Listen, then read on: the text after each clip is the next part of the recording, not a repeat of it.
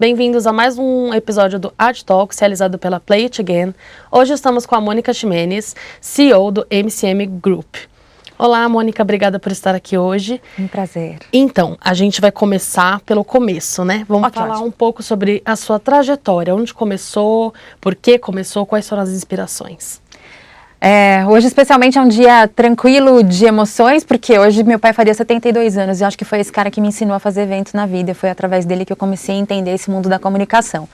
Ele já faleceu há 15 anos, mas o meu pai era músico e fazia uma série de congressos musicais e desenvolvia um monte de coisas específicas para isso. E eu me divertia ajudando a fazer planilha de horários, cronogramas, e eu achava divertido ficar com ele planejando esses eventos. Daí, como eu tinha estudado música a vida inteira, quando chegou na época de fazer faculdade, eu falei, bom, quero estudar outra coisa que não seja música, vou fazer outra coisa e fui fazer comunicação social, e daí fui fazer relações públicas. E já na época da faculdade eu montei empresa. Éramos 3 meninas na época, era Mônica, Cristiane e Mayra, por isso MCM. Montamos na época a empresa para poder pagar os boletos, para a gente poder dar conta das contas todas da faculdade. Com o tempo elas foram saindo, cada uma por uma razão específica, eu fiquei com a empresa e já estou com ela há 21 anos, trazendo comunicação de um modo diferente para o mercado. Então foi assim que eu comecei, as minhas inspirações vieram daí. Ah, bem bacana. Inclusive, é legal você ressaltar sobre a inclusão, né? Que você luta bastante pela inclusão de LGBT, de mulheres no mercado. Inclusive, vocês ganharam recentemente o prêmio WeConnect, né, da ONG, sobre mulheres na liderança de grandes empresas. Me conta um pouco sobre isso, por favor.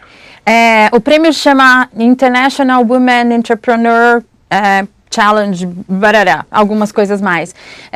Algumas ONGs internacionais têm entendido que podem fomentar negócios com minorias e podem ter grandes vantagens por conta disso. Quando a gente está falando de inclusão, diversidade, sustentabilidade, a gente está entendendo que as empresas se tornam mais competitivas e hoje a gente inclusive tem pesquisas que dizem que tem resultados financeiros para a empresa quando a gente traz pessoas diferentes para essa discussão.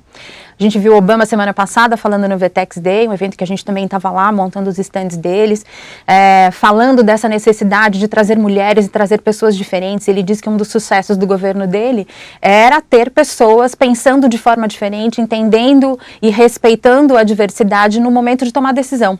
Isso é rico porque traz criatividade, traz inovação. Quanto mais diferentes nós formos, mais inovadores nós seremos nas políticas e nas possibilidades. Então o prêmio para mim foi a grande chance de conseguir entender o quanto o meu papel é significativo numa sociedade onde a gente diz que hoje 1% só das compras das grandes multinacionais do mundo todo são dedicadas a empresas lideradas por mulheres. E a gente está tentando chegar em 3% para a gente poder modificar esse PIB. Então, quanto disso ainda está na minha mão e quanto eu consigo ajudar as empresas para quem eu trabalho, para que elas consigam pensar de forma inovadora, de forma diversa, de forma inclusiva. Então, eu participo de diversos fóruns, eu participo do Fórum de Empresas LGBT.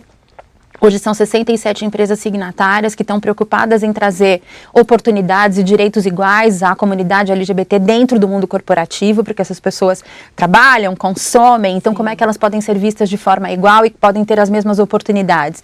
Participo da WeConnect International, que é uma ONG liderada por mulheres para fomentar negócios de grandes empresas por empresas lideradas por mulheres. Então tem que ter no mínimo 51% das cotas da empresa em nome de uma mulher. Isso para mim também é um privilégio gigante. E participo do Conselho do Integrare, que é uma outra ONG que trabalha com compras de minorias, daí para negros, para deficientes físicos e para comunidades indígenas. Então, como é que a gente fomenta negócios? Então, é muito mais do que simplesmente incluir, mas é trazer para a cena e para poder preparar essas empresas para que elas estejam aptas para vender para grandes multinacionais. Então, eu sou super entusiasta do tema, sou ativista de fato, acredito que a gente pode ter novas políticas inclusivas que podem transformar as corporações e assim a gente tem um reflexo disso na sociedade. Ah, bem bacana. Não, eu acho essencial esse assunto, né, porque estamos num mundo que muda diariamente, né, com rede social, com o ativismo mesmo, né, quando as mulheres simplesmente falaram, não, agora eu não vou mais tolerar, né, agora eu tenho que assumir meu papel, né, de pessoa na sociedade, como qualquer pessoa. Então, e você comentou também que vocês já recebeu o segundo prêmio do ano, né? Agora eu vou para a Índia. Em novembro é um outro prêmio de uma outra associação, uma outra associação americana também fica em Nova York, que é parceira da WeConnect, então reconhece outras mulheres líderes de empresas no mundo todo. Então recebi quinta-feira o e-mail, então agora eu vou para Nova Delhi, na Índia, para receber esse segundo prêmio. É super importante porque nos dá impulso para a gente continuar lutando. Não que seja fácil, mas para a gente é muito mais do que uma oportunidade a propósito de vida. Então, a gente na MCM já falava de eventos pensando em sustentabilidade, a gente já falava desse encontro das marcas que a gente atende com seus consumidores finais de forma mais inclusiva, mas como é que a gente conseguia trazer isso para o prático? E daí, dentro da MCM Group, a gente tem uma empresa hoje que é a MCM Lado B, que é trazer para o concreto, trazer de forma tática, de forma operacional para o nosso cliente a oportunidade dele encontrar o cliente final dele de uma forma mais inclusiva, com um olhar mais diverso, com um olhar mais sustentável. A gente já fazia isso há muitos anos, a gente já entrega eventos pensando em sustentabilidade há mais de 10 anos, mas a gente não dava nome para isso. Então, o que era para a gente um propósito de vida se tornou uma ferramenta de negócios, um jeito da gente se diferenciar e da gente trazer para a prática, para o jogo, de fato, oportunidades de inclusão. Então, nos nossos eventos, a gente está fazendo SEAB semana que vem para a IBM, por exemplo. Já acho que é o 7º SEAB seguido que a gente faz, são estandes muito grandes. Lá a gente vai ter interpretação de Libras, então a gente tem acessibilidade em todo o stand, a gente vai ter pessoas com síndrome de Down como recepcionistas, a gente vai ter negro, vai ter trans, fazendo a recepção dos convidados no stand da IBM. E para todas as outras marcas que a gente trabalha, a gente tem sempre essa preocupação de trazer o prático, de trazer um fornecedor que a gente possa desenvolver, que a gente possa ajudá-lo a estar apto para vender para uma multinacional, sempre pensando nesse modelo da inclusão, que as minorias são ainda uma grande potência, a gente precisa ajudá-las a que elas consigam se diferenciar e ter espaço no mercado. E acho que essa hoje é a minha grande missão, como é que a gente divulga e como é que a gente faz essa cena acontecer, trazer esse espaço para o concreto. Inclusive, agora que você aprofundou um pouco, né, sobre a empresa, eu queria saber quais foram os maiores desafios, né? Porque é um tema que ele era muito tabu há 10 anos atrás, por exemplo, e você falou que a empresa já passou de 20 anos, então como é que foi essa transição, né, esses desafios? Como é que foi no começo, quando você implementou esse modelo de negócio? E se ele foi bem aceito, né? Se ele foi relevante, Hoje em dia você sente muito orgulho, eu percebo que você tem que se sentir muito orgulhosa. E eu quero saber mais sobre os desafios, né? Como é que foi trazer isso para o mercado de forma abrangente, que atinja todas as pessoas. Porque todas as pessoas merecem, né? Trabalhar, produzir, serem criativas e todo o resto. Então... Eu acho que o desafio continua, porque a gente ainda não está no modelo que a gente diga, tá fácil, tá tranquilo, né? Assim, esse mundo, esse oceano azul que a gente espera ainda não existe, então é um desafio diário. Vou te dar um exemplo. Há 10 anos atrás ou hoje, eu não vejo nenhuma grande diferença entre o exemplo que eu vou te dar. Se você chega para uma multinacional e diz para eles, olha, a gente vai montar o seu stand, a gente vai fazer o seu stand, tá lá lindo, maravilhoso, a gente pensa em sustentabilidade, então o que a gente pode usar de materiais recicláveis, como é que a gente pode pensar nessa cena, mas tem sempre uma moça que fica lá bonita na porta do seu stand, não tem? Tem sempre. Essa moça geralmente é uma loira, uma morena, de cabelos compridos, manequim 36, que você diga, ai que orgulho, essa moça representa a minha marca. Não era assim? Continua sendo. Então é muito difícil você dizer para uma marca que você atenda hoje, principalmente se ela ainda for liderada por homens, e que o diretor de marketing ainda é um homem, que você vai dizer para ele, olha, você precisa ter uma trans. Você precisa ter uma pessoa trans lá poder te representando. Não posso. Não precisa, sabe por quê? Porque o seu público também consome, o público trans também consome o seu produto. Então, eles precisam se sentir representados no seu stand. Você precisa ter uma pessoa com deficiência fazendo credenciamento. Não posso fazer isso. Não é necessário. As pessoas com deficiência física, por exemplo, que não podem ficar em pé, ela não está fazendo credenciamento, ela não pode ficar sentada na cadeira de rodas, então ela pode estar representando a sua marca, porque a sua marca representa a diversidade. Era difícil há 10 anos, continua sendo hoje. Hoje, a gente consegue ter mais espaço para esse diálogo, que não existia há 10 anos atrás. Porque os padrões eram tão formatados e era só mesmo a moça padrão Fórmula 1 que a gente chamava, né? Que estava presente nos stands representando as marcas. Hoje existe um espaço para o diálogo, não que a gente consiga vencer todas as batalhas, mas a gente propõe novos diálogos. Então, não é simples? Não é simples. Quando a gente está falando de processos de compras, as grandes multinacionais, e tem processos de cadastro gigantescos, são 10, 12 abas de planilha de Excel para a gente conseguir preencher com dados cadastrais. Como é que você coloca uma empresa que não consegue preencher tudo isso para poder jogar esse jogo? diálogo. Então, que tipo de política de inclusão a gente vai usar para que a gente consiga fomentar negócios entre os pequenos e os grandes? Acho que é o mesmo processo das startups, né? Então, as grandes empresas também não podiam contratar startup porque não tinha histórico de mercado. Então, como é que eu vou contratar uma empresa que não tem histórico para poder vender para uma multinacional? Né? Então, as políticas hoje, a gente está pensando na discussão política dentro da corporação, para que as marcas consigam se repensar e consigam entender como é que elas podem incluir. Acho que hoje o que existe é mais espaço para o diálogo. A gente não vai ganhar todas as batalhas, mas a gente tem condições de entrar em mais jogos. E a gente consegue jogar pensando nessa política da inclusão e trazendo mais referência, dizendo, olha, o mundo está assim hoje. Então, como é que você quer ser visto? Se o seu consumidor vai se encontrar com você, como é que você quer que ele se sinta representado? Então, hoje existe mais espaço para o diálogo.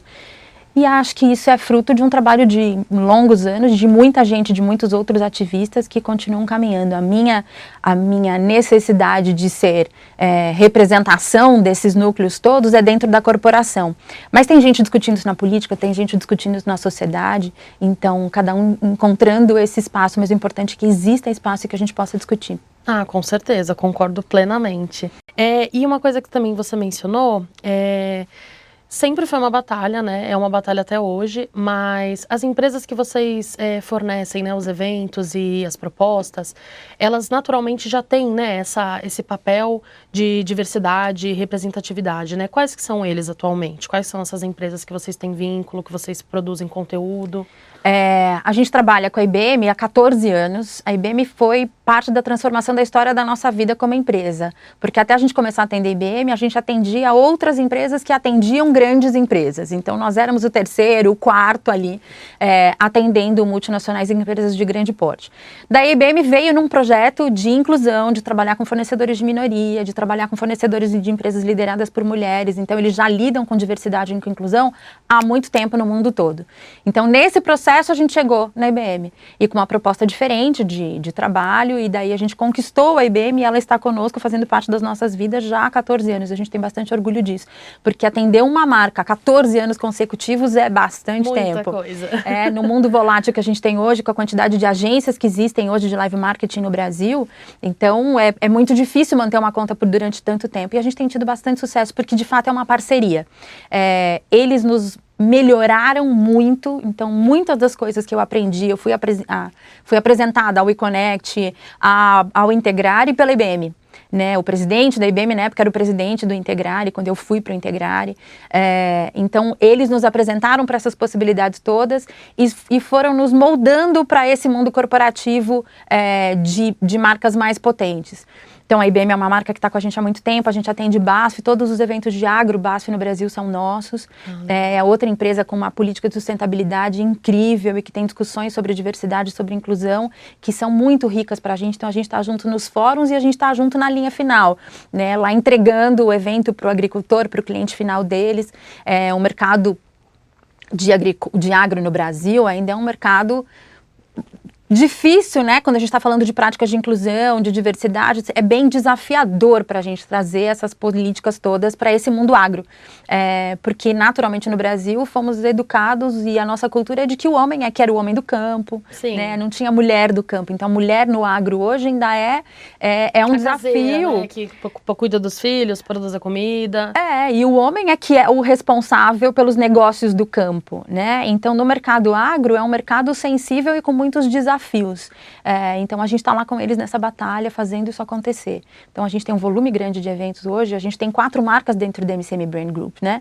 A gente tem essa de live marketing, que é a MCM Brand Experience, que tem 21 anos de história, é essa que eu estou contando tudo isso.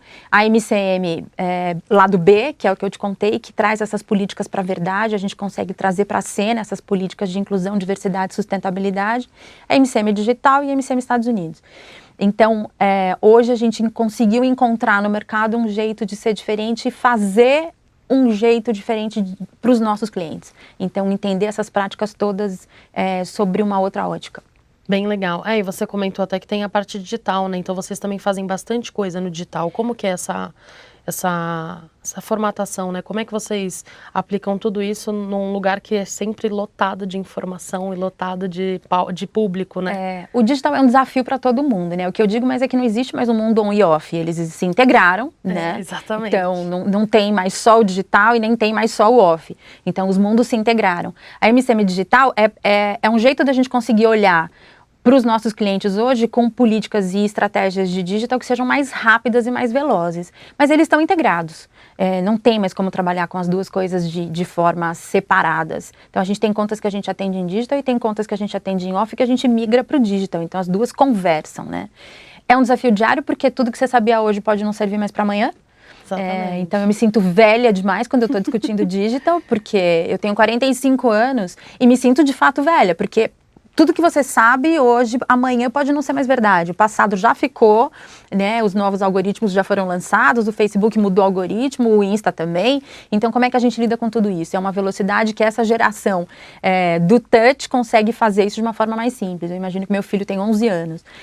Para ele é um mundo muito mais fácil, porque ele nunca viveu um mundo que não seja touch, nunca viveu um mundo que... Eu lembro ele parado na frente da televisão, tentando fazer a televisão andar, quando ele tinha 2 anos, né? Porque ele estava acostumado com o tablet e tal. Então, eu acho que esse é um mundo que eu tento participar dele, mas sofro. Mas eu fico apaixonada todas as vezes que eu vejo as coisas acontecendo, porque a gente migrou. Hoje as coisas estão conectadas, não tem mais 2 mundos separados. Isso é um fenômeno bem, bem doido, né? Porque há 5 anos atrás a gente não imaginaria que isso aconteceria. Pois é, e eu também não me sentiria tão velha com 45. E me sinto quando a gente está falando de digital. Para outras coisas, não. Estou conquistando o mundo, entendendo que é um ano da minha vida. Tem sido super incrível, né? A história da premiação, os prêmios chegando. Então, tantas conquistas acontecendo. Hoje, uma das fases da minha vida é ser palestrante. Então, quando eu falo muito desse universo feminino, eu falo muito de diversidade nas minhas palestras, eu uso música para todas as minhas palestras. Quando eu falo dessas coisas, hoje, eu sinto que tem um espaço muito maior para uma mulher de 45 anos, com uma história de vida, podendo contar essa história. Mas não posso me tornar um dinossauro, né? Então, como é que eu me mantenho ativa com essas políticas todas e fazendo esse mundo todo estar conectado com o meu mundo? Mônica, muito obrigada pela sua presença. Obrigada a você. O papo foi bem legal, eu acho que ele é muito relevante, né, nos tempos de hoje, ele tem que ser pautado. Desejo boa sorte na Índia, obrigada. Sua premiação. Queria agradecer a Play It Again pelo espaço e pela produção do quadro. Tchau, tchau. Obrigada.